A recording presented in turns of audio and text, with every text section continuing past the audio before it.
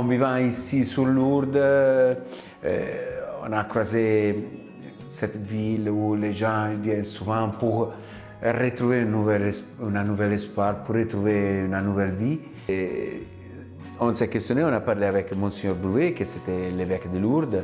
En Italie, notre association, il a des maisons comme celle-là, des maisons où on fait une vie familiale avec des gens qui ont des soucis, qui ne peuvent pas rentrer dans des familles, mais qui s'entraident entre eux avec des bénévoles qui participent à leur vie, qui chacun, en se partageant ses qualités. Ce rêve, c'était seulement un rêve, et là-bas, grâce à un projet déjà mis en place par la Fondation Logement Social FLS, qu'il avait repéré cet ancien bâtiment pour c'est un bâtiment qui est vraiment au cœur de la ville. Et on a la mairie à côté, on a les halles jusqu'en face, on a le cinéma à côté, voilà.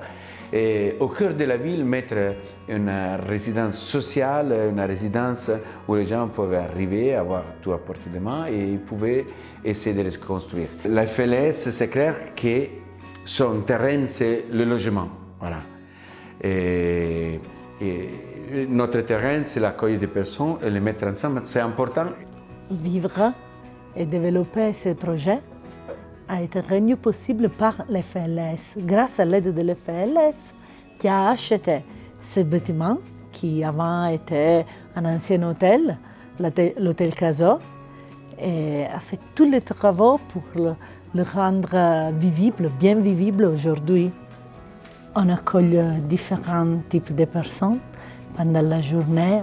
Il y a des familles en difficulté, il y a des personnes avec des difficultés psychiques, quelqu'un avec un handicap, et quelqu'un qui vient d'histoires pleines de blessures, qui viennent aussi de monde d'addiction, et aussi des personnes qui étaient seules avant et avaient besoin pour s'épanouir, de sortir de la solitude et créer des liens avec des autres. La maison, elle est construite de 11 appartements indépendants, voilà, disposés sur 3 étages. On a, pour le moment, on est 15, il habite la maison 15 personnes, mais on peut arriver jusqu'à 27 personnes. On a 2 gros axes de la vie. Il y a l'axe de l'accueil, l'axe de la vie privée, de l'habitation, résidence sociale, et l'axe du centre social, voilà, un lieu de rencontre, de propositions, de créativité, et voilà. Et les deux choses, ils sont liées ensemble dans un certain moment, oui. Dans notre association, on vit l'accueil de toutes personnes, voilà, qui sont en situation de fragilité. Et tous les résidents, sauf les familles, partagent le repas ensemble. On a des espaces partagés, et donc la buanderie, la cuisine, et notamment la salle à manger. Et le repas de midi est ouvert à tout le monde. Donc n'importe qui peut venir frapper la porte, toujours quelqu'un de souriant qui l'accueille et qui le fait sentir chez lui. On a aussi beaucoup d'ateliers qu'on est en train de mettre en place. Le lundi, généralement, on a un atelier jeu de société pour des personnes avec un handicap. Le mardi, l'espace danse est adapté à des personnes avec un handicap, mais ouvert à tous. Et le mercredi pour les enfants. Le vendredi, on a un cours de couture. Et le but, ce n'est pas d'apprendre à coudre tout ce que c'est possible, mais c'est de partager du temps ensemble et arriver à découvrir quelque chose de soi-même et de l'autre. Le samedi soir, c'est un moment important pour la maison. Après, à 8 heures, on mange la pizza, fait à l'italienne, tous ensemble ici.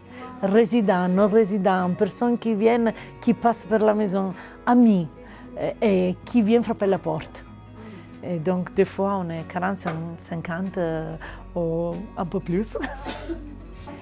Et donc, on voudrait vraiment faire que la maison puisse être un lieu où chacun peut se sentir chez lui et apporter sa richesse.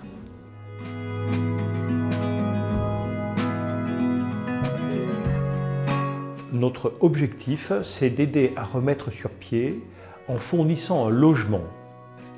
Et avec le logement, mais une restauration de l'estime de soi par la vie collective. Il y a un vrai travail qui se fait avec notre équipe d'éducateurs, avec les bénévoles qui sont là.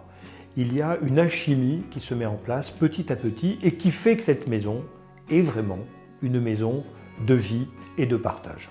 Je suis venue à Nkassa parce que nous avons un fils adulte handicapé très autonome pour lequel nous cherchons une maison pour son avenir. On reçoit énormément, beaucoup plus que ce qu'on peut donner. Alors ce que j'y donne, c'est le lundi après-midi pour faire des jeux de société avec les gens qui sont là. Et le vendredi matin, pendant que la maison est fermée, je garde Federica et éventuellement j'ouvre aux gens qui sonnent pour leur dire ce qu'ils cherchent. Ce que je trouve intéressant aussi, c'est que cette association, comme d'autres d'ailleurs, arrive à fédérer des compétences qui viennent d'horizons un peu divers, mais qui ont des vraies compétences. Et donc ça sécurise aussi le dispositif, je dirais, parce qu'on peut avoir des idées, des idéaux, et il faut que l'intendance suive. Et le fait d'avoir des compétences qui se réunissent là pour aider à la réussite, ça donne une base de sécurité, je trouve, et une base de sérieux et de légitimité aussi à des projets comme cela. Vivre tous ensemble, c'est quelque chose qui est vraiment un grand cadeau pour nous.